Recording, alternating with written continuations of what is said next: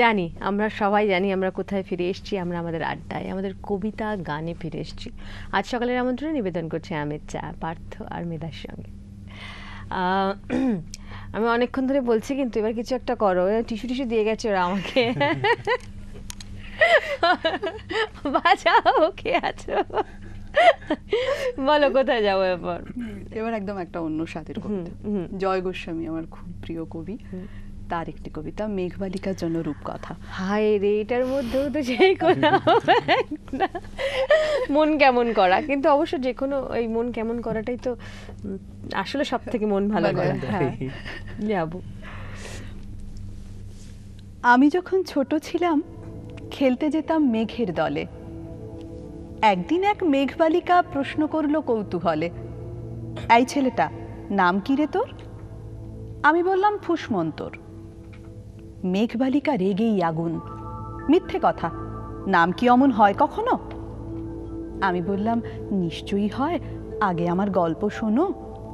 সে বলল শুনবো না, যা, সেই তো রানী, সেই তো রাজা, সেই তো একই ঢাল তলোয়ার, সেই তো একই রাজার কুমার পক্ষীরাজে, শুনবো না আর, ওসব বাজে। আমি বললাম তোমার জন্য নতুন করে লিখবো তবে। সে বলল সত্যি লিখবি? বেশ, তাহলে মস্ত করে লিখতে হবে, মনে থাকবে লিখেই কিন্তু আমায় দিবি। আমি বললাম তোমার জন্য লিখতে পারি এক পৃথিবী। লিখতে লিখতে লেখা যখন সবে মাত্র 2-4 পাতা, হঠাৎ তখন ভূত চাপলো আমার মাথায়। খুঁজতে খুঁজতে চলে গেলাম ছোটবেলার মেঘের মাঠে।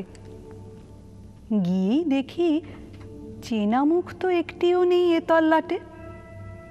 একজনকে মনে হলো ওরই মধ্যে অন্য রকম। এগিয়ে গিয়ে বলি তাকেই, তুমি কি সেই মেঘবালিকা, তুমি কি সেই? সে বলেছে মনে তো নেই, আমারও সব মনে তো নেই। আমি বললাম তুমি আমায় লেখার কথা বলেছিলে। সে বলল সঙ্গে আছে, ভাসিয়ে দাও গায়ের ঝিলে। আর হ্যাঁ শোনো, এখন আমি মেঘ নই আর, সবাই এখন বৃষ্টি বলে ডাকে আমায়। বলেই হঠাৎ এক পশলায় চুল থেকে নখ আমায় পুরো ভিজিয়ে দিয়ে অন্য অন্য বৃষ্টি বাদল সঙ্গে নিয়ে মিলিয়ে গেল খরস্রোতায়, মিলিয়ে গেল দূরে কোথায়, দূরে দূরে। বৃষ্টি বলে ডাকে আমায়, বৃষ্টি বলে ডাকে আমায়।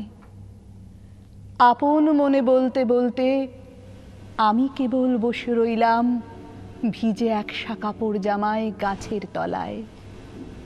বসে রইলাম বৃষ্টি নাকি মেঘের জন্যে। এমন সময় অন্য একটি বৃষ্টি আমায় চিনতে পেরে বলল, তাতে মন খারাপের কি হয়েছে, যাও ফিরে যাও, লেখো আবার। এখন পুরো বর্ষা চলছে, তাই আমরা নানান দেশে ভীষণ ব্যস্ত। তুমিও যাও, মন দাও গে তোমার কাজে, বর্ষা থেকে ফিরে আমরা নিজেই যাব তোমার কাছে। এক পৃথিবী লিখবো আমি, এক পৃথিবী লিখবো বলে ঘর ছেড়ে সেই বেরিয়ে গেলাম। ঘর ছেড়ে সেই ঘর বাঁধলাম গহন বনে। সঙ্গে শুধু কাগজ কলম, একাই থাকবো, একাই দুটো ফুটিয়ে খাবো। 2-1 মুঠো ধুলো বালি যখন যারা আসবে মনে, তাদের লিখবো, লিখেই যাব। এক পৃথিবীর 100 রকম স্বপ্ন দেখার সাধ্য থাকবে যে রূপকথার, সে রূপকথা আমার একার। ঘাড় গুঁজে দিন লিখতে লিখতে, ঘাড় গুঁজে রাত লিখতে লিখতে, মুছেছে দিন, মুছেছে রাত। যখন আমার লেখবার হাত অসাড় হলো, মনে পড়ল সাল কি তারিখ, বছর কি মাস, সেসব হিসেব আর ধরিনি। লেখার দিকে তাকিয়ে দেখি এক পৃথিবী লিখব বলে একটা খাতাও শেষ করিনি। সঙ্গে সঙ্গে ঝমঝমিয়ে বৃষ্টি এলো খাতার উপর, আমার আজীবনের লেখার উপর। বৃষ্টি এলো এই অরণ্যে, বাইরে তখন গাছের নিচে নাচছে ময়ূর আনন্দিত। এ গাছ ও গাছ উড়ছে পাখি, বলছে পাখি এই অরণ্যে কবির জন্যে আমরা থাকি, বলছে ওরা কবির জন্যে আমরা কোথাও, আমরা কোথাও, আমরা কোথাও হার মানিনি। কবি তখন কুটির থেকে তাকিয়ে আছে অনেক দূরে, বনের পরে, মাঠের পরে, নদীর পরে, সেই যেখানে সারা জীবন বৃষ্টি পড়ে, বৃষ্টি পড়ে, সেই যেখানে কেউ যায়নি, কেউ যায় না কোনোদিনই। আজ সে কবি দেখতে পাচ্ছে সেই দেশে, সেই ঝর্ণা তলায় এদিক ওদিক ছুটে বেড়ায় সোনায় মোড়া মেঘ হরিণী, কিশোর বেলার সেই হরিণী।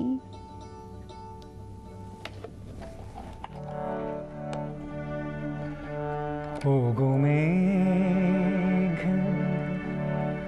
তুমি উড়ে যাও কোন ঠিকানা, কে তোমায়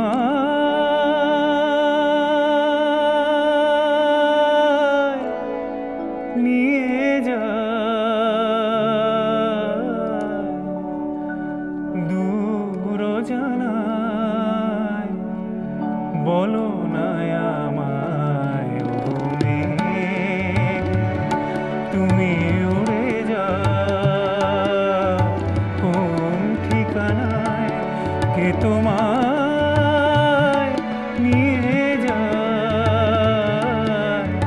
দূর জানায়, বলো না আমায়। ওগো মেঘ, তুমি উড়ে যাও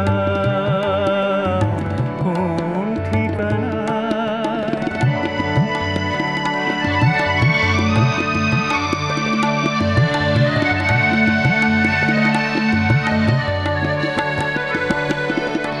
আমি নই সে বিরোহী, আমার কাউকে বলার কিছু নেই।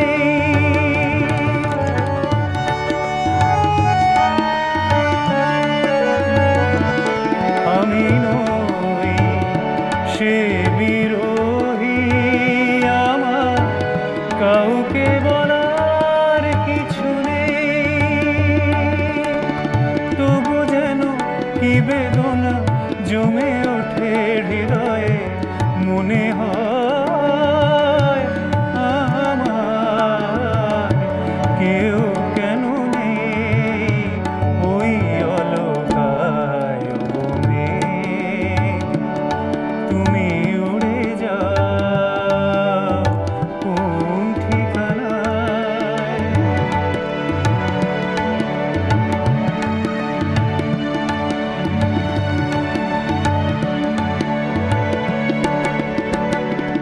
তবু আজ এ লগনে তোমায় একটি বারতা জানালাম।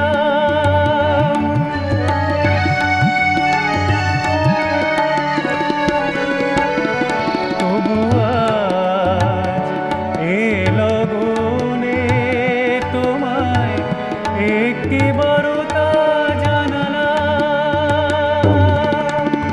ব্যথা যদি নাই পাই এ জীবনে, কি পেলাম সেই প্রেম কেন নেই যে সে আমার মনকে কাঁদায়। ওগো মেঘ, তুমি উড়ে যাও কোন ঠিকানায়, কে তোমার